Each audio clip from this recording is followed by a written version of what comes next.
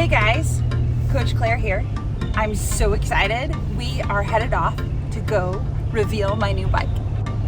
I'm so excited because this bike is going to change the way I am able to give bike lessons, lead group rides, so many things. This bike is just awesome. So, can you guess what kind of bike it is? We're gonna go reveal it now. Hang on. You ready?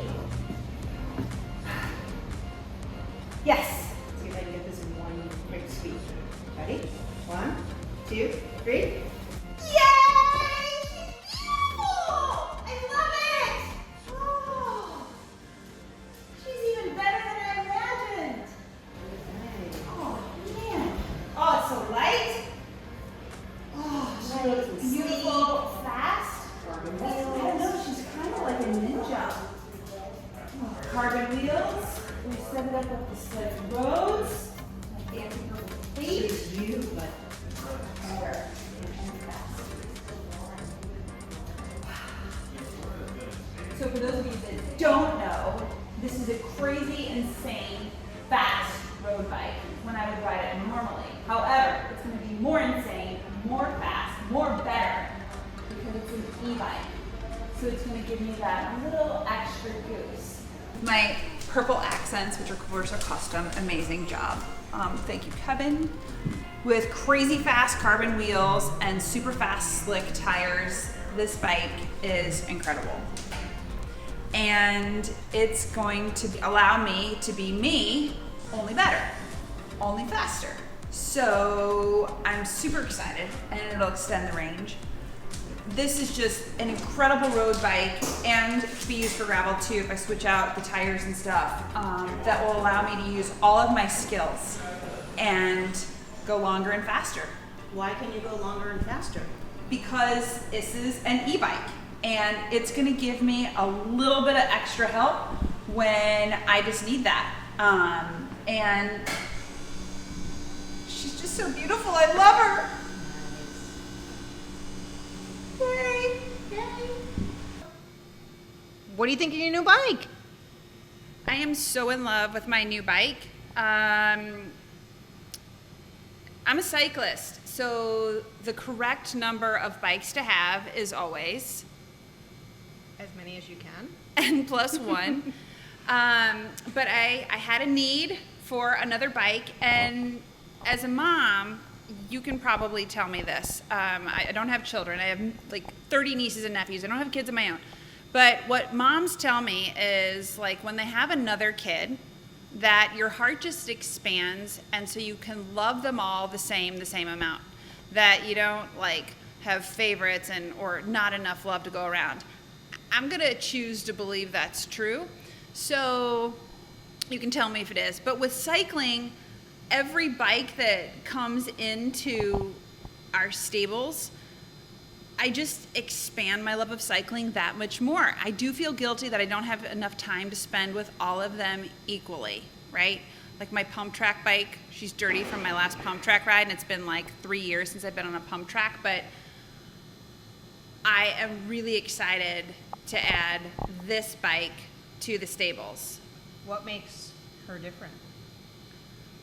So she's a road bike, and my current road bike is a 2011 BMC SLR01, the original model that Cadel Evans won the Tour de France on. And it is a great bike. They've had a couple iterations since. Great bike, super light, fast, racy. It is. It is a great bike. I'm not ready to commit to the new one yet. Because my engine certainly needs some work. But so I'm in this position where my coaching business has totally exploded. It's wonderful. It's a great thing. Follow your dreams. The pandemic brought so many people to cycling.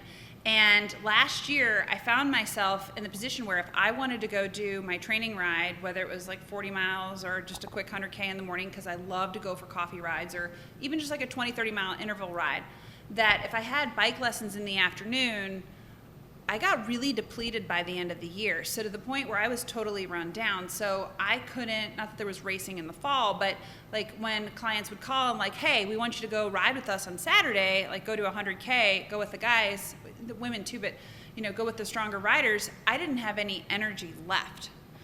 Or my afternoon rides with lessons, I was able to get through it, but I was toast and my own training really suffered. So there are two really amazing coaches that are mentors to me that both have purchased e-bikes.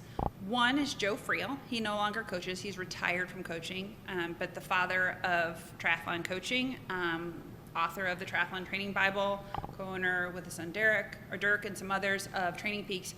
In 2019, he told me that he'd gotten an e-bike, and that really legitimized e-bikes in my view because he is a great rider, but he's in his 70s. And so if he's going out for a 40-mile group ride, he can't keep up the same way that he did 20 years ago. So he can kick on just 5%, 10% of power and keep up with the group. He has the skills to ride, he just maybe doesn't, or maybe he can and he doesn't always want to. So that really opened my eyes to possibilities on the road, but I still, knowing about all the controversy with e-bike, wasn't ready to make the plunge. And then this spring, I signed up for my first off-road triathlon, which happened to be the national championships.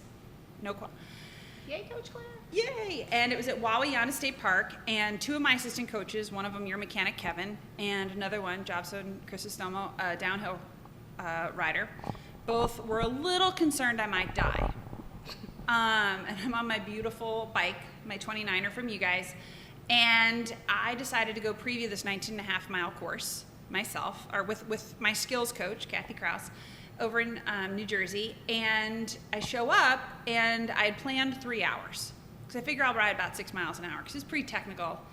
And Kathy was on an electric fat bike. She's 5-time Masters national downhill champion. Why was she riding an e-bike?